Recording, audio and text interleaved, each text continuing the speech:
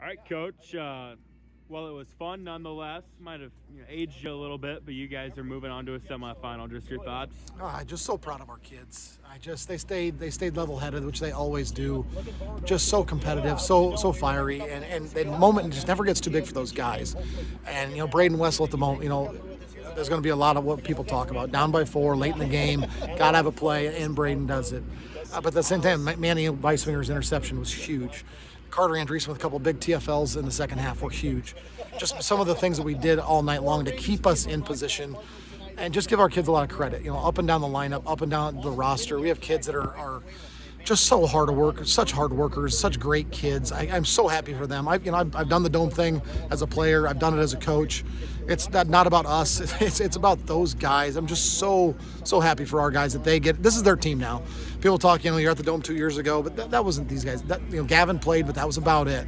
This crew's been working hard. This crew's been talented from the get-go. We knew we had the talent to get there. It was a matter if we were going to go out and execute, and we did just enough tonight to earn another week. What did you have to scheme up at halftime to get your running game on track a little better? We just talked a little bit more about where the gaps are. It's one of those things where 8-man football, your kids don't get to come off the field much. If we were a bigger school and we had more platooning going on, we might have a chance to make those adjustments, but our kids are always on the field, so it's hard to do much until halftime. Maybe I'm just a really bad coach and don't figure things out till later and get it communicated better. Maybe we need to invest in huddle sideline and change some things up or something, but overall, we did do a good job at halftime making adjustments, listening to our kids. But overall, we knew kind of some things we wanted to do anyway, and we just were able to capitalize on a couple of those. We just weren't executing very well early. And I think our kids weren't quite sure. When I said the word physical 406 times this week in interviews and to them, until you go feel it and experiment. We hadn't played a team quite like this as far as so many kids that are 5'11", 195 that play with great pad level. People talk about you're bigger, you're 6'4", 250, whatever. Yeah, we are, but now their leverage was a big part of that tonight. So our kids had to figure it out a little bit, kind of do some adjusting, and give credit to our kids. They did what they needed to do. We came back, got the scores. We thought maybe, hey, we could put them away. They don't quit. They come back. Just a great high school football game, and it's too bad somebody had to lose tonight because those kids from Waco played their tails off. Did they throw some things at you offensively that maybe they hadn't done a lot this year? Not really. We knew they'd run counter tray and lead, and they'd run heavy sets, and they'd run that fullback dive and fullback trap. When the quarterback got hurt early, it kind of changed a little bit what they were going to do. They had to run more of the Wildcat set with 22 at quarterback. But we saw plenty of that on film too. So they didn't change a whole lot up on us. Defensively, they lined up kind of how we thought they would. But it's just hard to emulate that physicality and that effort. They did a really, really good job up front. Big second half adjustment with your two outside pressures, bringing them on when they were short-sided.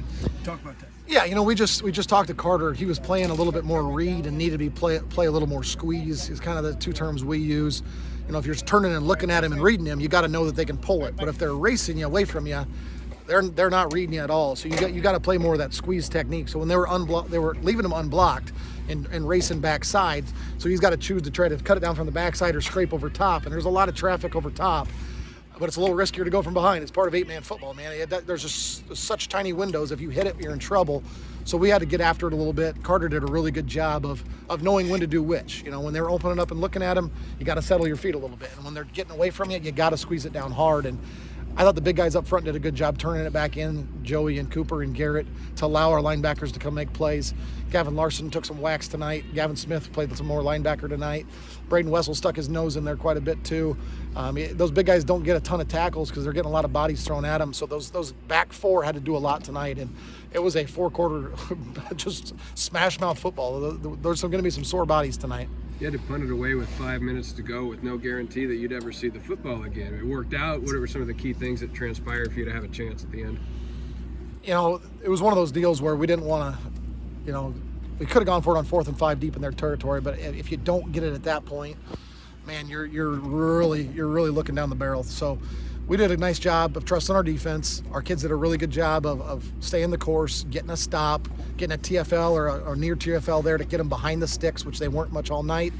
We forced the punt, and Braden gets the return. So that was a huge play in that game. Couldn't be happier for Braden Wessel. Such a selfless team-first kid. He won't, if he doesn't have a catch or a carry all night, he won't say a word. He was hurt early in the year.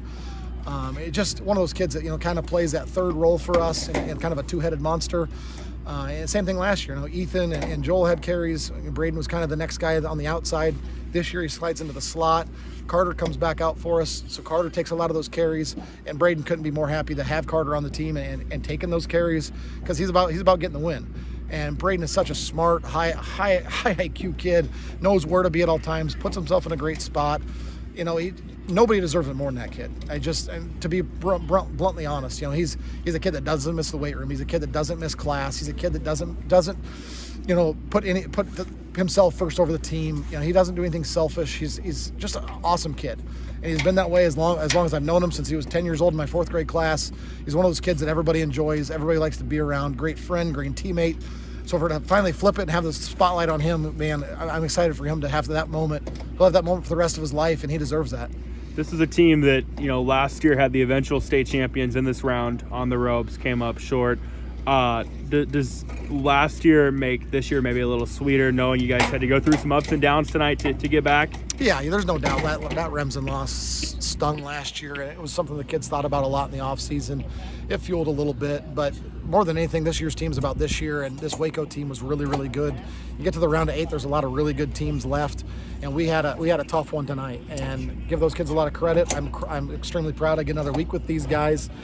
It looks like we'll probably play Cam next Wednesday. We're looking forward to the opportunity. You got a short trip next week. Yeah, just a short 3-hour trip. We'll probably go up Tuesday and enjoy the opportunity there, and go watch the 10 o'clock game before us, and be able to, it'll be a little bit different, but we've done that a little bit here 2 years ago, so we've kind of had some of those things. These kids have been through it once, so maybe it won't quite be all the shiny and the new, but at the same time, as Jeremy Christensen told me 2 years ago, he said, every opportunity you get there, enjoy and savor, because it might be your last. You never know. I said something to him about, well, you guys are always up there. He goes, yeah, but this might have been our last one. You don't know if you're ever going to get another one. So enjoy every moment. Each team is its own team. It's a new team. It's a new moment. Make those memories with these guys, and we're looking forward to getting them another week and getting to play indoors next week.